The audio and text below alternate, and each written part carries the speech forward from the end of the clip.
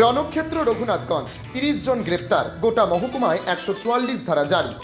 মুর্শিদাবাদের রঘুনাথগঞ্জে রামনবমীর মিছিলকে কেন্দ্র করে রণক্ষেত্রের চেহারা নেয় এলাকা।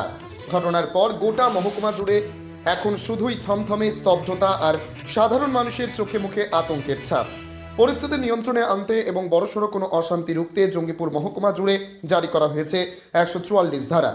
মিছিল চলাকালীন হঠাৎই উত্তেজনার সৃষ্টি হলে পরিস্থিতি দ্রুত নিয়ন্ত্রণের বাইরে চলে যায়। ঘটনাস্থলে পৌঁছায় রঘুনাথগঞ্জ থানার বিশাল পুলিশ বাহিনী। এই অশান্তিতে জড়িত থাকার অভিযোগে পুলিশ ইতিমধ্যেই ৩০ জনকে গ্রেপ্তার করেছে। ঘটনার গুরুত্ব বুঝে এলাকা পরিদর্শনে যান কেন্দ্রীয় বাহিনীর ডিআইজি সহ একাধিক উচ্চপদস্থ পুলিশ আধিকারিক। বর্তমানে গোটা এলাকা পুলিশি প্রহরায় মুড়ে ফেলা হয়েছে। প্রশাসনের পক্ষ থেকে স্পষ্ট জানানো হয়েছে, ৫ জনের বেশি মানুষের জমায়েত নিষিদ্ধ এবং নির্দেশ অমান্য করলে কঠোর আইনি ব্যবস্থা নেওয়া হবে। সাধারণ মানুষকে শান্তি ও সম্প্রীতি বজায় রাখার আবেদন জানিয়েছে প্রশাসন। আপনার কি ক্ষতি হয়েছে?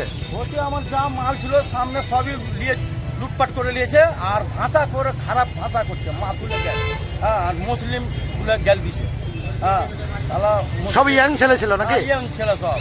আর ওদের কাছে তো আপনার ছেনি আছে, লাঠি আছে, ভয় লাগছে। তো আমি তো আপনি দোকান ছেড়ে পালিয়ে একদম মাল সব লুটপাট। ভয়ে কিচ্ছু করতে পারছেন না, আপনি দোকান ছেড়ে পালিয়ে গেলেন? অনেক তো আপনার কম করো হাজারের ওপরে লোক করা, হ্যাঁ, কি করবো। যখন প্রথমে চেপে গেল ওই পোস্টের ওপরে, তখনই আমি বুঝতে পারলাম না কিছু ঘটনা ঘটবে।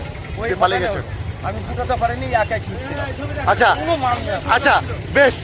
আপনার ফলের দোকান সব লুটপাট হয়ে গেছে? সবই লুটপাট করে নিয়েছে, নতুন করে মাল আনলাম।